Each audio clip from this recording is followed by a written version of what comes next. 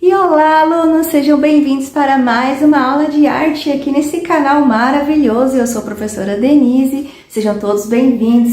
Se inscrevam se ainda não são inscritos, tá legal? Porque toda semana vai ter uma aula incrível aqui para você, beleza? Então hoje nós vamos aprender um pouquinho sobre artes visuais. O que são elas? Nas artes visuais, nas várias linguagens das artes visuais, está incluso ali o desenho, a pintura, a escultura, a gravura, a fotografia, a arquitetura, decoração, design, moda, enfim. No mundo atual, caracteriza-se por uma utilização das visualidades em quantidades inigualáveis na história, criando um universo de exposição múltipla para os seres humanos, o que gera a necessidade de uma educação para saber perceber e distinguir esses sentimentos, essas sensações, essas ideias e essas qualidades. Por isso, o estudo das visualidades pode ser integrado nos projetos educacionais. Tal aprendizagem pode favorecer a compreensão mais ampla para que o aluno desenvolva a sua sensibilidade, a sua afetividade e seus conceitos e se posicione criticamente. O socio-interacionista é a tendência atual para o ensino dessa arte. A ideia de considerar a relação da cultura com os conhecimentos já trazidos pelo aluno e as produções artísticas surgiu lá na década de 1980. Favorecer a formação por meio do ensino das 4 linguagens da arte, como dança, música, teatro e artes visuais.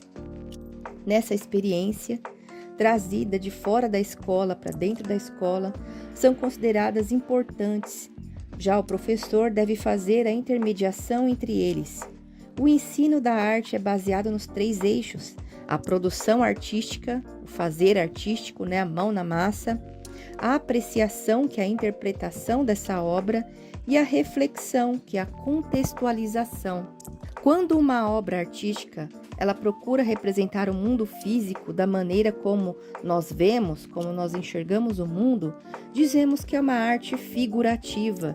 E quando a obra altera bastante a forma, as cores, se abstraindo do real, nós dizemos que é uma arte abstrata.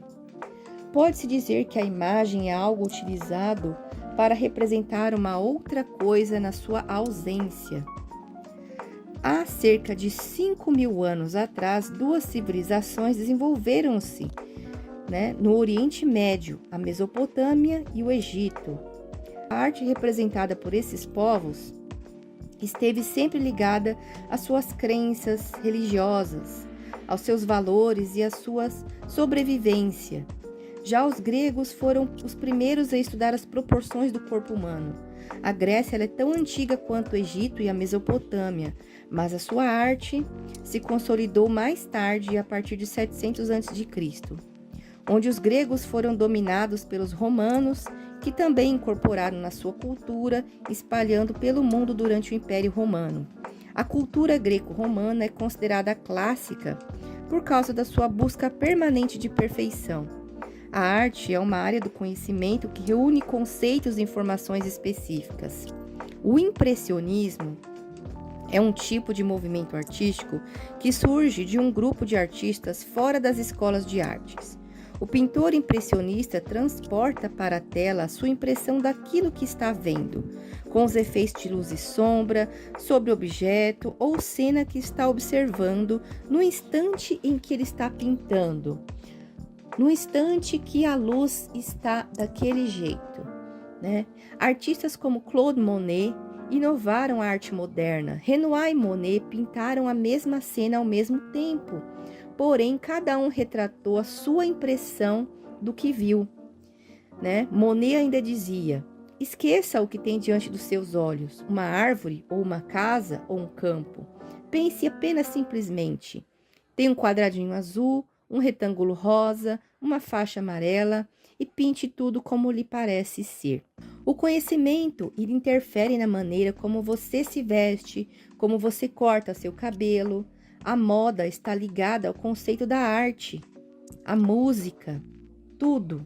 O artista sempre revela o tempo em que está vivendo, os problemas da época que vive e muitas vezes até de um ponto crítico. Os séculos 18 e 19 foram palcos de guerras e revoluções, onde os artistas românticos colocaram suas paixões nas obras de arte. Eles se inspiravam nos temas históricos e literários, preocupavam-se com a política e com a ideologia. Van Gogh, ele era um pintor holandês na segunda metade do século XIX, considerado um dos gênios da pintura de todos os tempos. Um de seus quadros mais famosos é o quarto onde ele vivia. Para produzir um objeto ou uma cena, os pontos, as linhas, a luz, a cor, a forma e as sombras não podem ser alocados de qualquer maneira. Tudo tem o seu devido lugar. Cada detalhe é intencional e tem um objetivo. Isso quer dizer que as imagens se expressam através de sua linguagem plástica. Transmitir ideias e informações por meio das imagens é o que chamamos de texto visual. O ponto, a linha, o plano são alguns elementos que constituem a base do texto visual. A partir do início do século XX, esses elementos despertaram o interesse teórico de artistas como Kandinsky.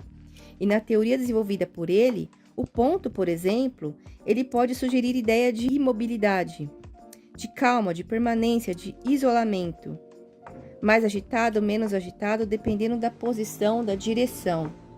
Van Gogh pintou o Sr. Roland mais de 6 vezes. Eles eram amigos e moravam na mesma rua, numa cidadezinha francesa. Van Gogh viveu numa época de grandes transformações. Os efeitos causados pelo acelerado processo de industrialização, eles eram uma das preocupações desse artista. Então, nas cidades, operários oprimidos e alienados no campo, a miséria total. Francisco Goya, espanhol, interpretou o fuzilamento da resistência espanhola à ocupação francesa de Napoleão. Já Eugène Delacroix, que era francês, exaltou a luta por um ideal, personificando a liberdade como uma guerreira que conduz o povo. Essas são as visões dos dois artistas em lugares totalmente opostos na história. O início do século XX, ele foi uma época de muitas invenções. O telefone, o automóvel, o rádio, a fotografia, o cinema, e daí não parou mais. A ciência e a tecnologia mudam a cara do mundo e o momento propício para a verdadeira revolução da arte. O modernismo. A criação artística é inerente ao ser humano e é tão velha como a própria humanidade. A pintura, a escultura, a arquitetura são as 3 principais formas de expressão da atividade artística. As finalidades e os motivos da arte são infinitos. Depende do homem e do seu tempo, da sua visão do mundo e da sociedade e da sua relação com os outros. O Renascimento corresponde à era de grandes descobrimentos, refletindo o desejo da época de examinar todos os aspectos da natureza e do mundo. Leonardo da Vinci, considerado um grande artista, além de cientista, matemático, engenheiro, inventor, pintor, escultor, arquiteto, botânico, poeta, músico, enfim, possivelmente a pessoa mais bem dotada e mais talentosa a ter vivido até hoje. Os pintores do Neolítico, eles não tinham mais do que barro, tonalidades diferentes de areia, musgo e ceras de abelha e plantas para produzir as suas tintas e produzir os seus desenhos nas paredes. A arte é a atividade que supõe a criação de sensações ou de estados de espírito de caráter estético carregados de vivência pessoal e profunda, podendo suscitar em outro desejo e prolongamento de renovação. A ilustração é uma representação visual de natureza gráfica ou pictórica, cuja função essencial é ampliar, completar ou descrever ou até prolongar um texto. Uma ilustração distingue-se de uma obra de arte, já que acompanha um texto e é reproduzida em diversos exemplares de maneira mecânica e digital. Um desenho constitui uma imagem original, qual, por processos de impressão, dá lugar ao que chamamos de ilustração. E aqui nós vamos estudar tudo relacionado à arte: história da arte, desenho, pintura, música, dança, teatro, escultura e por aí vai. Então, se inscreva no canal e não perca mais nenhuma aula.